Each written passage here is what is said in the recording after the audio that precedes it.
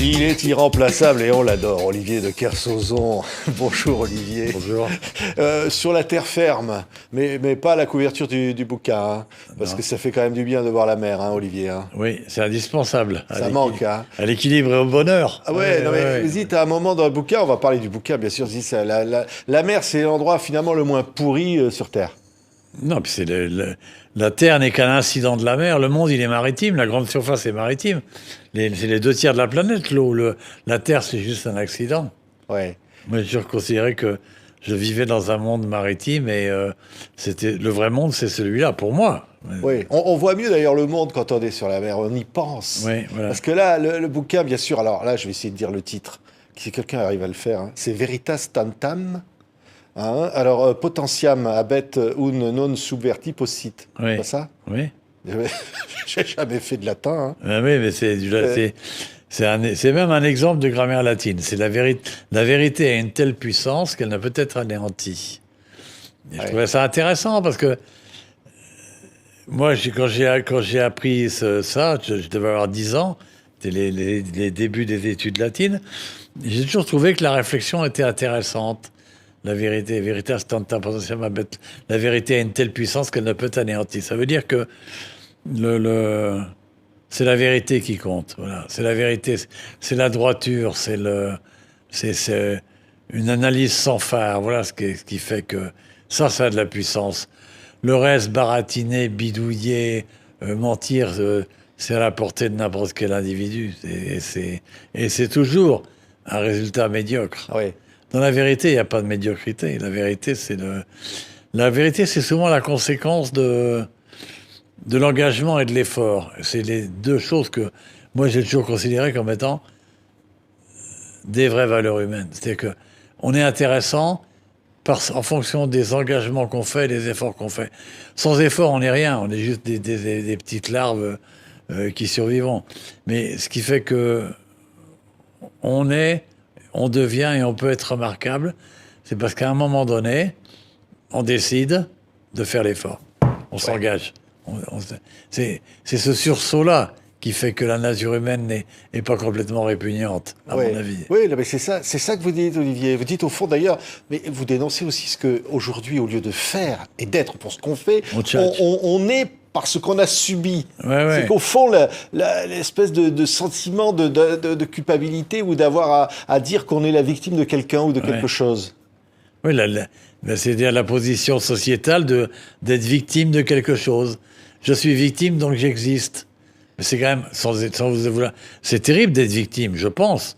C'est une souffrance, mais est-ce que c'est pas une raison? Voilà. Moi, je suis de la génération pour laquelle nos souffrances n'étaient pas faites pour être mises en exergue, elles étaient faites pour nous construire, nous rappeler nos limites, mais elles n'étaient pas là pour être toujours proclamées, mises en avant. Le projet n'était pas de se déclarer victime, le projet était de se déclarer actif, de faire des choses, de bouger, d'exister, d'être fort, de prendre des coups, de ne pas avoir peur, de recommencer, voilà, c'est tout. Et essayer de se débrouiller. Mais c'est un peu ça ce que dit le bouquin. Oui. Vivre. Vivre. C'est ça, au fond. Il a fallu... Moi, je suis né juste à la fin de la guerre. Toute notre enfance, il n'y avait rien. Enfin, et il fallait se contenter de rien, d'abord, mais surtout, il fallait faire avec, quoi. Voilà, on faisait avec ce qu'il y avait. Voilà. Ouais. L'autre jour, j'ai entendu, il y avait des réflexions. Peut-être que cet hiver, ça va être très dur, on va peut-être avoir des coupures d'électricité. Mais moi, toute mon enfance, j'ai vu que ça, des coupures d'électricité. Oui, après, qu'aujourd'hui, on se plaint de tout. Non, mais oui, rien n'est indu, tout est une chance. Et quand on a été privé, nous, notre génération a été privée. Nos parents se sont énormément privés avec la guerre et tout ça. Et je pense que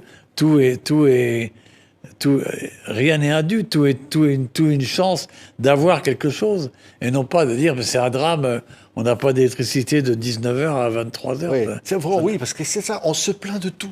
Tout le monde subit. Non, mais c'est pas qu'on se plaigne qui se grave. Ce qui est très grave, c'est que à partir du moment où vous vous plaignez, c'est du temps que vous ne passez pas à vous réjouir du reste. Oui. Et c'est ça qui est aberrant. Parce que notre vrai problème, c'est se réjouir de... On a dormi là où il pleut pas et on a bouffé à sa faim. C'est 2 choses magnifiques. c'est le début de tout va bien. Oui. Ben non. Oui. Et à partir du moment où le tout va bien ne peut que commencer que dans la mesure où, en fouillant, on ne trouve aucune occasion de se plaindre, on passe à côté de sa vie. Nos vies, c'est pas se plaindre, c'est exister, c'est faire, c'est construire, c'est être content. Ouais, oui, alors justement, être content, il y a un moment, il y a un chapitre qui dit, moi je suis content. J'ai même été content quand j'ai appris que j'avais un cancer. Ben oui, vous exagérez, Olivier. Non, mais pas du tout. Parce que j'ai appris que je l'avais, j'étais à Paris, j'avais l'hôpital Saint-Joseph à côté, j'étais entouré de médecins que je connais et qui prenaient soin de moi. C'était une chance énorme. J'aurais découvert ça à Tahiti, ça aurait été beaucoup plus long. J'aurais sans doute traîné et tu aurais eu le temps de métastaser, je serais sans doute pas vivant aujourd'hui. Non, mais j'ai toujours considéré que notre vie, il y a des emmerdements. Nos vies, on va avoir des contrariétés et ça va être le schéma révélateur de ce qui est profond dans notre nature, c'est la puissance. Mais dès que ça peut s'arranger, c'est ça le génie humain. C'est de réussir devant l'impossible, quoi. Et moi, je me disais, mais en fait, je n'ai que de la chance. La maladie, c'est une conséquence, en fait, on est tellement nombreux à être malades. Moi, quand j'ai regardé que j'étais malade, vu qu'on était 1 million en France à se faire traiter, quand même. Oui. On était 1 million à avoir de la chimio, des rayons et tout. C'est monstrueux, c'est énorme. Donc, c'est assez banal. Et la chance, c'est d'être soigné. C'est une chance énorme quand même. Que l'intelligence humaine, le travail des autres, je sais pas quoi, nous permettent de sortir d'un schéma qui paraît être quand même une impasse néo-définitive, quoi. C'est pas terrible comme programme. C'est-à-dire, au fond, la vie, c'est ça. C'est de se dire, au fond, même l'infini, je ne sais pas ce que c'est, je ne le saurai jamais. Oui. Vous dites, à un moment, Olivier, il y a une phrase incroyable, vous dites, il faudrait mettre du chien dans nos rapports humains. J'adorais cette phrase. Oui. Les chiens, parce qu'un chien, il prend ce qu'on lui donne, il ne se pose pas de questions. Il est content, oui. Ça veut dire quoi, ça, en fait? Mais c'est La Fontaine, qui veut faire l'homme fait la bête, mais qui veut faire l'ange fait la bête. Si on faisait la bête, on serait peut-être un peu plus des hommes. C'est mon avis. Oui. Parce que finalement, vous dites tous ces gens qui sont là en train de se poser milliards de questions, non, mais, qui sont en train de... Ouais. Moi, je leur en veux pas. J'ai pas de mépris pour l'autre. Je pense que je me suis jamais posé en censeur ou en distributeur de bons points ou je sais pas quoi. Je me contente de noter que, à mon sens, leur projet, leur comportement n'est pas ce qui peut les amener à être le plus heureux. Or, l'intelligence, c'est peut-être chercher à être heureux. C'est pas vulgaire, le bonheur. C'est assez intéressant d'être de bonne humeur. C'est autant qu'on ne fait pas porter aux autres. Donc, j'ai toujours pensé qu'on devait essayer de se contenter et d'être... il fallait passer de aimer à chérir, voilà. Chérir, c'est se rendre compte qu'on aime et tout à coup décider d'y faire attention. Et j'ai toujours, intellectuellement, j'ai toujours trouvé que c'était intéressant. C'est-à-dire que il fait beau, c'est quelque chose de naturel, mais si dans sa tête on se dit il fait beau et c'est très bien, c'est encore mieux. Ouais. Et c'est assez simple, mais c'est les choses simples qui nous grandissent. C'est pas les choses compliquées. Ouais. Or, on a besoin de grandir. On a besoin de chaque jour d'essayer d'être un peu mieux. C'est en ça qu'on va avoir de la valeur. C'est parce que on aura essayé d'être un peu mieux, de faire un peu mieux, voilà. C'est vrai qu'on est affirme, pour voler, il faut un avion, pour nager, il faut un bateau, enfin, il nous faut des prothèses pour tout. Par contre, on peut penser. Et là, il n'y a pas besoin de prothèse. L'exercice supérieur de l'intelligence, c'est pas l'analyse, c'est la décision. Et il n'y a pas d'intelligence sans décider. Hein. Moi, je pense qu'on doit se servir de ce que l'on est pour décider que c'est bien. On décide que c'est bien. On décide que c'est fort. Et on en tire les conclusions et on agit en conséquence. Moi, c'est ce que j'ai essayé de faire. Décider même d'être heureux. Se dire, au fond, on a qu'une vie. Ben oui. Il n'y en aura pas d'autres. D'ailleurs, vous ne croyez pas à la vie après la vie. Ça dépend des jours. Ouais. Non, c'est vrai. Ah non, c'est encore... Je suis est affreusement banal, et tant mieux, puisque ça me...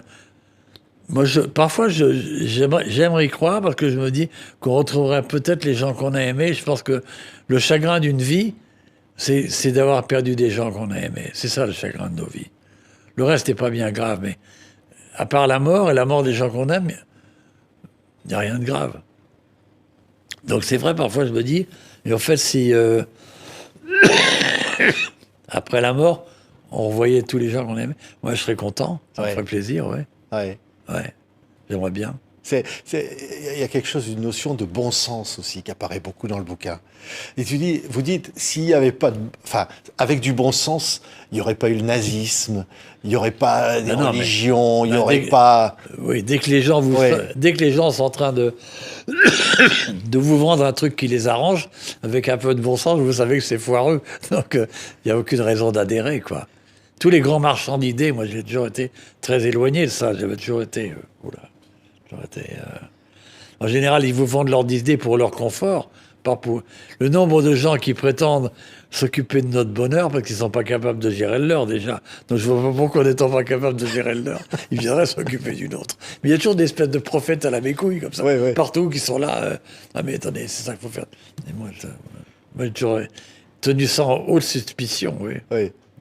J'aime les futurologues, ceux qui vous prévoient l'avenir pendant 30 ans. Ceux-là, vous les adorez. Je me rappelle des lectures dans les journaux comme Le Point il y a 30 ans, où les mecs nous expliquaient, il y a 30 ans ou 40 ans, ça pas plus, qu'on allait vivre sous la mer, quoi. C'était les futurologues. Mais ça a disparu. Cette trace d'enfumeur a tendance à disparaître un petit peu, parce que on est dans un monde où tout est tellement rapide que l'idée même de futur fait un peu peur.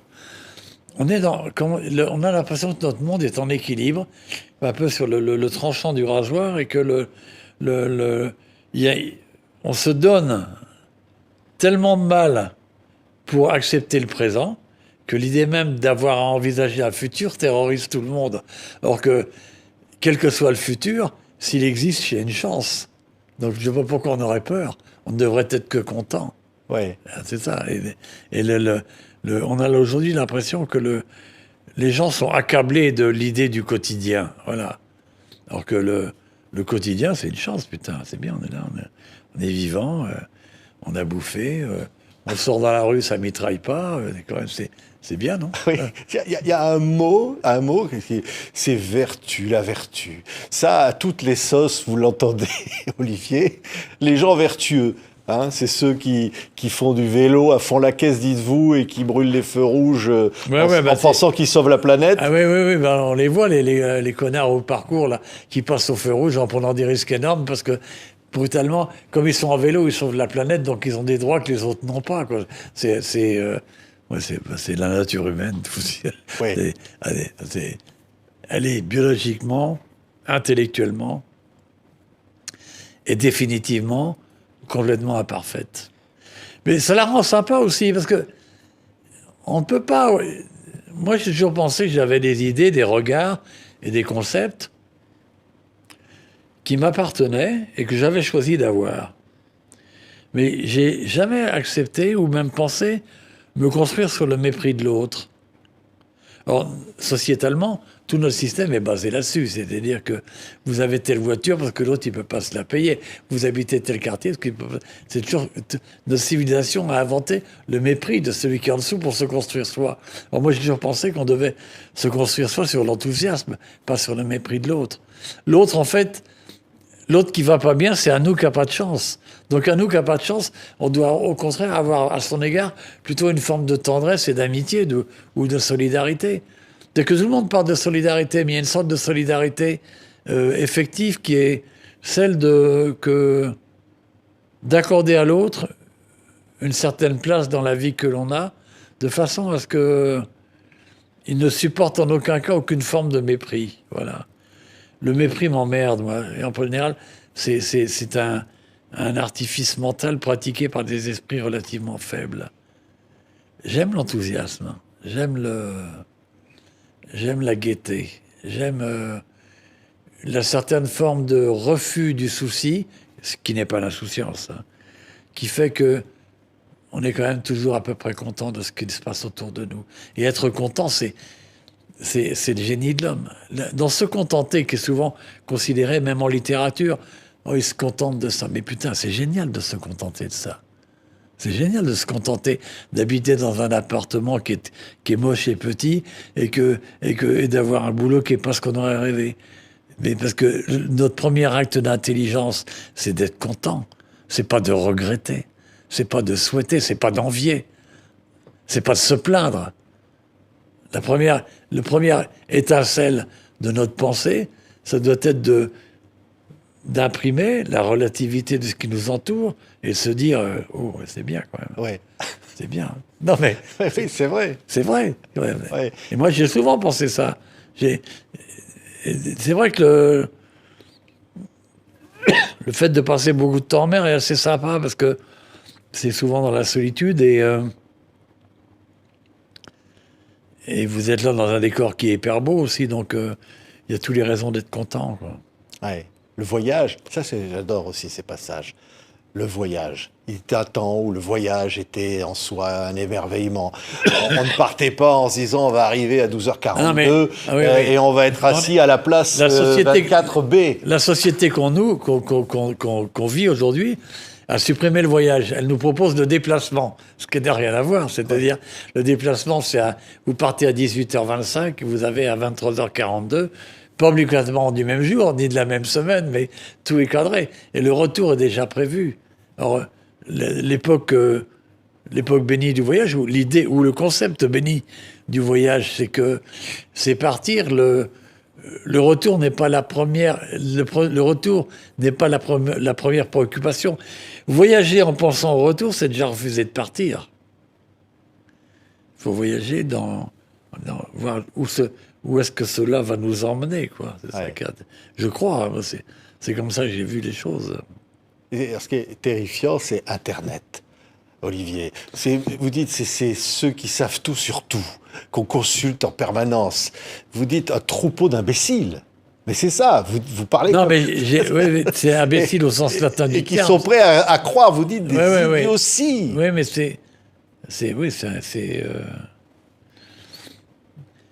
Internet, c'est bien, parce que, regardez, voilà. Moi, si j'ai un doute sur quelque chose, je tape, et là où avant mes parents disaient, demande à ton oncle, lui, il doit savoir. Mais non, et là, Internet, c'est. Et si je tape, j'ai quand même 99 chances sur 100 d'avoir des réponses tout à fait précises, aussi bien si je tape sur la distance qu'il y a entre là où je suis et la Polynésie, que si je tape sur est-ce que la diététique est meilleure si je diminue ma consommation de viande, ou je sais pas. Donc j'ai accès à plein de savoirs. Mais le problème du savoir, c'est que là aussi, la nature de l'homme le dévoie, quoi. Et ça devient le savoir des charlatans, quoi. C'est la mise en scène du savoir pour faire passer les concepts à la mécouille, quoi. C'est comme par exemple, vous dites la campagne pour la planète. Vous citez une jeune femme avec des tresses et vous n'êtes pas tendre. Hein, avec ceux qui... Mais non, je suis un peu agacé. C'est une forme de religion. Non, mais je suis un peu agacé parce que cette jeune femme qui a eu Greta Thunberg, manifestement des difficultés physiologiques, si ça avait été réparé en partie, c'est grâce à la science et à tout ce que les gens ont accepté de faire et de se priver pour faire évoluer notre connaissance de la médecine et tout ça. Donc, on a un dû vis-à-vis des gens qui étaient avant nous. On ne peut pas arriver ici et leur faire le procès de tout. Vous êtes des salauds, vous avez fait cela. Les gens, ils ont fait, hélas, comme toujours, à peu de choses près, la nature humaine fait de son mieux. Le problème, c'est que le mieux de notre nature, en fonction même de ce que nous sommes, n'est pas toujours parfait. Mais reprocher aux gens, vous avez pollué mes rêves, je sais pas quoi, attends, mais tais-toi. Tout le monde a fait que des efforts pour que ça soit mieux. Regarde la médecine d'aujourd'hui. On vit beaucoup, beaucoup plus vieux, beaucoup mieux soigné. On repère, on opère, on répare, on soigne. C'est quand même magnifique, tout ça, quoi. Et ça a demandé... effectivement, de la concentration, de penser qu'à ça, des sacrifices. C'est pas vulgaire. Je refuse d'être attaqué en disant vous avez salopé la planète. C'est possible, Un, mais on l'a pas fait exprès. Deux, il a fallu du temps pour se rendre compte que ça se passait. Et que maintenant qu'on le sait, tout le monde fait des efforts pour que ça soit moins. C'était pas notre but. Notre but, ça a été de quoi? Pendant des années, de faire en sorte que les femmes et les hommes vivent un peu mieux que ce qu'ils vivaient. Et c'est vrai que aujourd'hui, on vit un peu mieux que ce qu'on vit. On a fait des sociétés qui sont pas ridicules. Si vous avez un accident sur l'autoroute, c'est pas l'hélicoptère qui va vous venir vous chercher, ne vous demande pas votre niveau de revenu, niveau de capacité. Il vous ramène parce que vous êtes un des nôtres. C'est extraordinaire quand même. C'est des inventions dont l'homme peut s'enorgueillir parce que c'est le meilleur de l'homme qui a été mis en place. Cette espèce de sécurité sociale, c'est quelque chose de... Vous êtes soigné qui que vous soyez. Même si vous êtes pauvre, on vous soigne. Ouais. C'est le meilleur de l'homme. C'est un vrai projet de société, ça. Voilà, ouais. Ça a du sens. Mais même si vous dites la machine, parce qu'elle est l'invention de l'homme, le progrès, vous dites la machine a tué la poésie et le flou. Et enfin, vous aimez le flou de la vie? Non, j'aime le flou parce qu'à partir du moment où la vie est trop déterminée, elle devient, à mon avis, un peu chiante. Comment vous expliquez ça? C'est que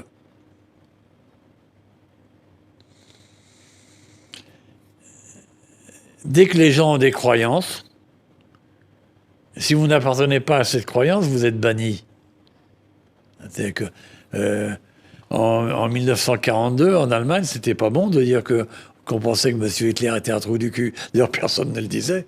Ah, c'est ça. Et ça a été comme ça pour tout.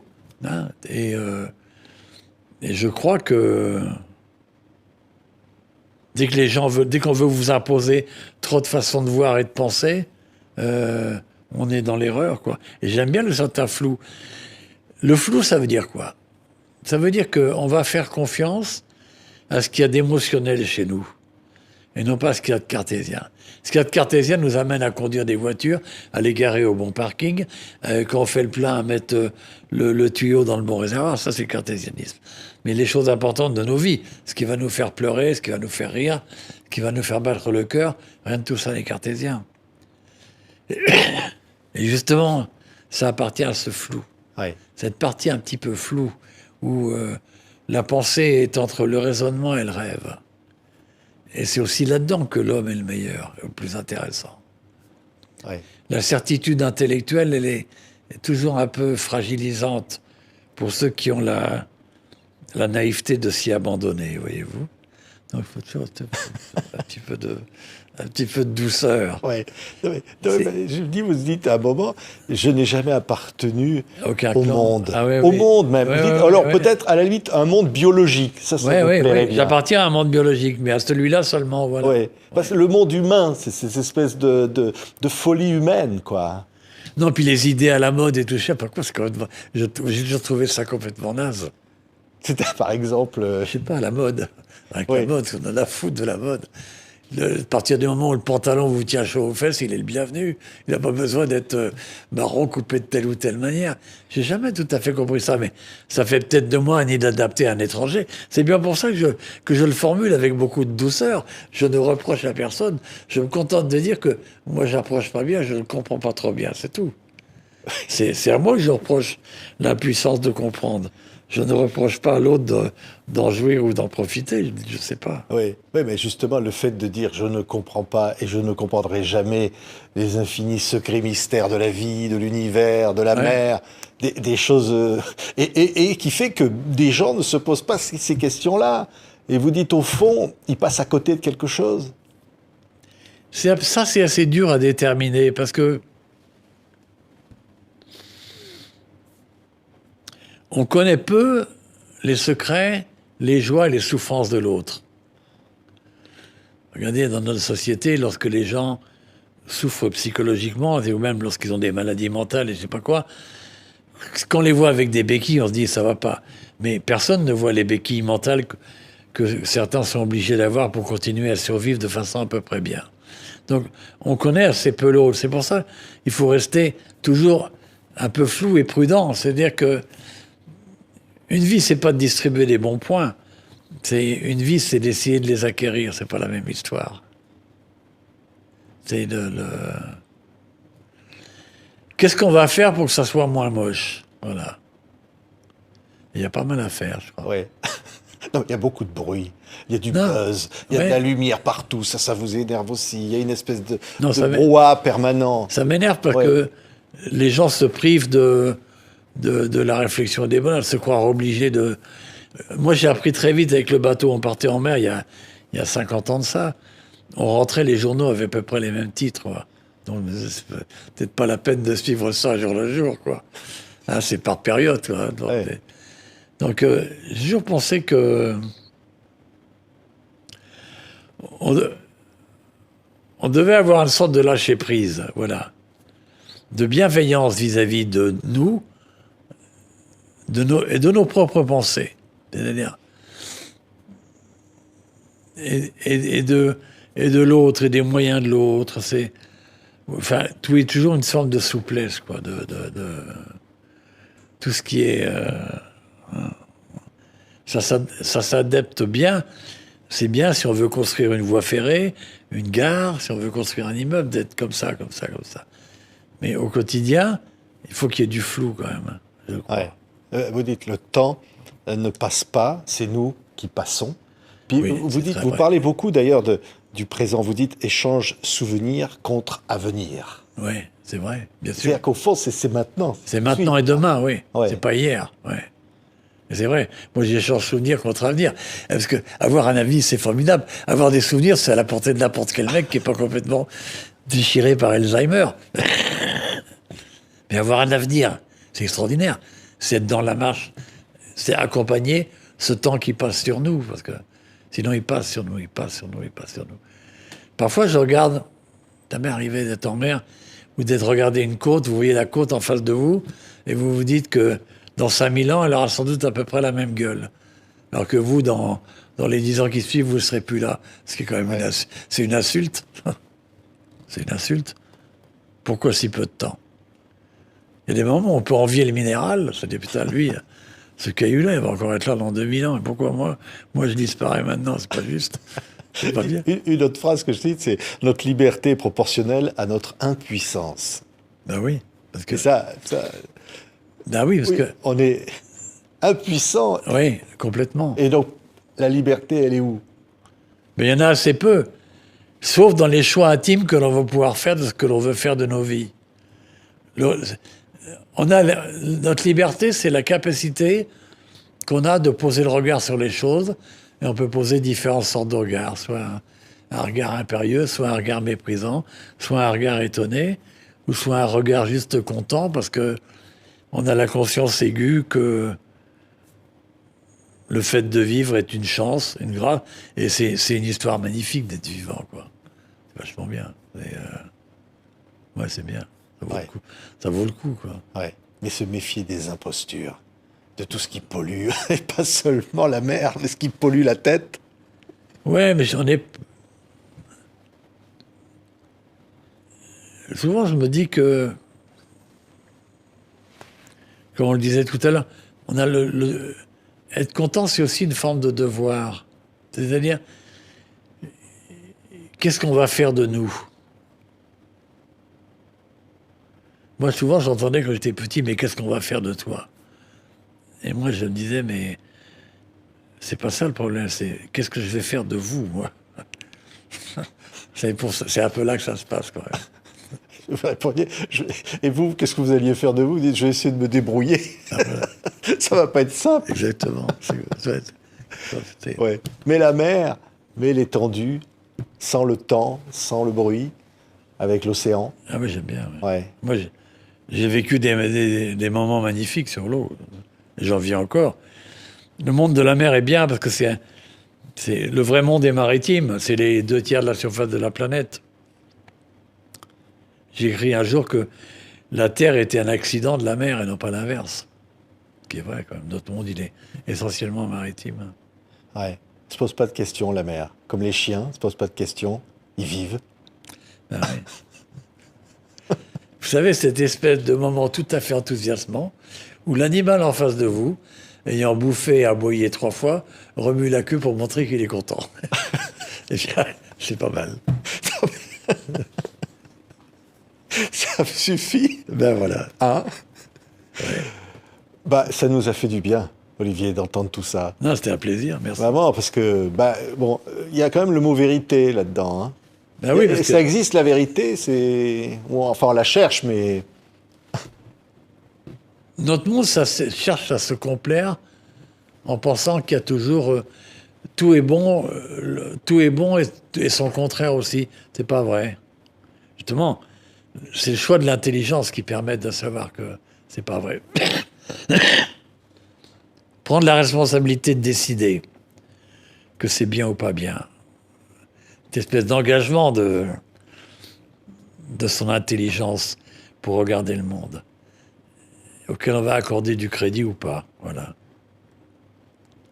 C'est un bel exercice. C'est notre premier exercice de liberté, en fait. C'est parce qu'on regarde, qu'on comprend, et qu'on dit ça je prends, ça je prends pas. En fait, à un moment donné, il faut décider de choisir ce que l'on va penser. C'est un exercice assez délicat, en plus. Ça, mais c'est en cela qu'on va être le meilleur. Et ce choix, il va se faire en fonction d'un certain sens de l'éthique, en fonction de notre choix de la responsabilité, en fonction de ce que l'on veut faire du monde et de ce que l'on veut faire du monde où il y a les autres et nous. Parce qu'il y a un truc qui est très difficile à transmettre, même à comprendre, mais que parfois je n'en ai que des bouffées, c'est comment dirais-je, nous vivons une fraternité biologique tout à fait dense. Et je crois qu'il ne faut pas l'oublier. Nous sommes les meilleurs d'entre nous et le pire d'entre nous en même temps. On appartient à ce monde. La première obscénité de la pensée, c'est le mépris pour l'autre. Voilà. Ça, je le crois profondément. Je crois que l'autre est nous, au sens le plus profond du terme. Et j'ai toujours eu une notion de solidarité, autant quand je le vois que quand j'essaie de deviner son mystère, son chagrin, ses impuissances personnelles, que tout ça est réparti de façon relativement inégale. Et je pense que cette notion, nous appartenons à un groupe. Est-ce que vous avez vu, avez-vous vu ce film que moi j'ai beaucoup aimé, qui est avec Klaus Kinski, Aguirre ou la colère de Dieu. Ouais. À la fin du film, Aguirre ou la colère de Dieu, on a ce fleuve d'Amazonie, marron avec la verdure, tout, je sais pas quoi. Il est sur le fleuve, il est avec sa fille, il est dans la fin d'un délire qui l'emmène à la mort, et le radeau tourne dans la rivière. Il est plus piloté, je sais pas quoi. J'ai l'impression que c'est un peu ce qu'est notre monde. Notre monde est sur un fleuve qui est le temps. C'est le fleuve du temps qui nous emmène. On tourne, on tourne, on tourne. On ne sait pas où on va. On ne sait même pas à quelle heure on va mourir. On ne sait même pas pourquoi on est là. Et tout ça, ça tourne, ça tourne, ça tourne, ça tourne. Et ça mérite d'être regardé avec une certaine perspicacité et suspicion, en fait. Dans ce monde qui est souvent tellement arrogant, prétentieux, je sais pas quoi, on est souvent juste que le jouet d'un fleuve qu'on ne contrôle pas et qui emmène nos destins. Et par contre, ce qu'on peut faire, par contre, c'est garder les yeux ouverts pour que, même de ça, on est le meilleur. Voilà. Merci. Olivier de Kersauzon, Veritas Tantam. C'est au Cherche-Midi, il n'existe plus que l'humanité électronique de la vie apparente. Ouais. Merci beaucoup, Olivier. Je vous en prie. Pour ce moment. Non, mais c'était intéressant d'essayer de développer ce qu'on peut être amené à penser. C'est pas, mais ça reste une proposition tout à fait modeste d'un esprit moyen dont la seule vraie qualité est peut-être l'enthousiasme. Ça, j'y crois. Merci, Olivier. Merci.